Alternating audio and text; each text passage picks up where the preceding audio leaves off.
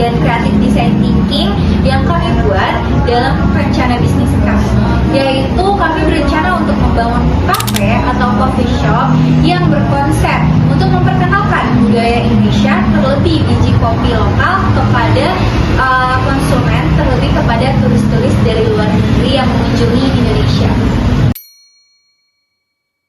Target konsumen kami adalah pekerja-pekerja yang work from cafe, lalu coffee snob atau pecinta-pencinta kopi yang mencari manfaat dari biji-biji kopi dan merasakan biji-biji kopi dari lokal maupun impor, lalu pelajar atau mahasiswa, dan paling khusus adalah turis-turis dari luar negeri yang berkunjung ke Indonesia, lalu pemuda dan lain sebagainya. Kurangnya pilihan biji kopi berkualitas bagi kopi snap atau pecinta kopi. Kurangnya tempat nyaman yang mendukung situasi untuk kerja. Kurangnya tempat yang cocok dengan kantong pelajar. Kurang terkenalnya biji kopi lokal ke era internasional. Solusinya, harga terjangkau, beragam macam menu kopi atau non kopi, makanan, tempat dan fasilitas yang nyaman, memperbanyak dan membudayakan biji kopi lokal. Kelebihan yang dimiliki biji kopi fresh yang langsung diambil dari tangan pertama, dan berbagai macam pilihan makanan dan minuman yang disediakan. Memasarkan produk kita dengan kafe yang kita punya, juga melalui enam food shop seperti Shopee Food, GoFood, ataupun sebagainya. Kita juga memasarkan melalui sosial media. Revenue stream atau keuntungan-keuntungan yang kita dapat adalah keuntungan yang dari modal, lalu review dari sosial media dari orang-orang ke sosial media kafe kita, lalu go internasional atau kafe kita atau bisnis kita terkenal hingga ke luar negeri karena kita menjual budaya dan juga biji-biji kopi lokal yang ditargetkan kepada turis-turis.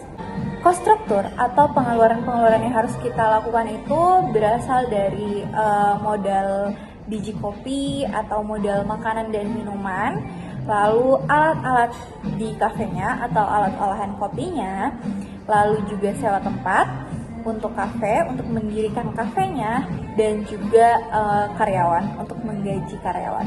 Oke, metriknya terkenalnya biji lokal ke internasional, banyaknya customer dari luar Indonesia, tercapainya prestasi internasional di bidang kopi, event barista, dan sebagainya. Kelebihan yang tidak dimiliki oleh tempat lain seperti biji kopi yang beragam, khas dari kopi lokal Indonesia.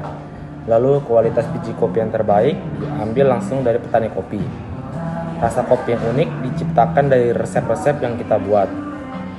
Lalu kafe kami juga menyediakan pojok budaya yang berisikan berbagai macam budaya Indonesia yang bisa dilihat oleh turis yang berdatangan. Jadi yang dibutuhkan konsumen kita adalah biji kopi yang segar atau dari petani yang langsung, dan pengenalan budaya Indonesia kepada turis-turis yang berdatangan ke coffee shop kita. Lalu kita tuh memperkenalkan budaya Indonesia menggunakan seperti di coffee shop kita tuh pelayannya menggunakan batik atau menggunakan pakaian daerah, pakaian adat.